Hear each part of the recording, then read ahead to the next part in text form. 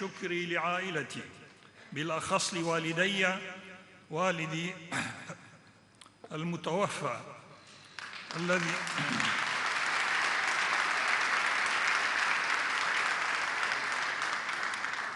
وبشكل خاص والدتي الحنونة الطيبة. تفانيك وحياتك التي لا تعرف غير الصلاة والترتيل والرحمة والهدوء هي سبب كل ما أنا عليه اليوم. أشكرك أمي العزيزة.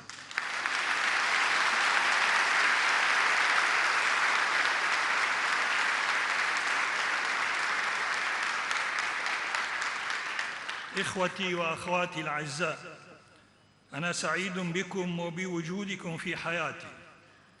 أشكركم من أعماق قلبي وأصلي من أجلكم ومن أجل أزواجكم وأبنائكم وأحفادكم. أصبحتم كثيرين وإن شاء الله يزداد عدد الأبناء والأحفاد.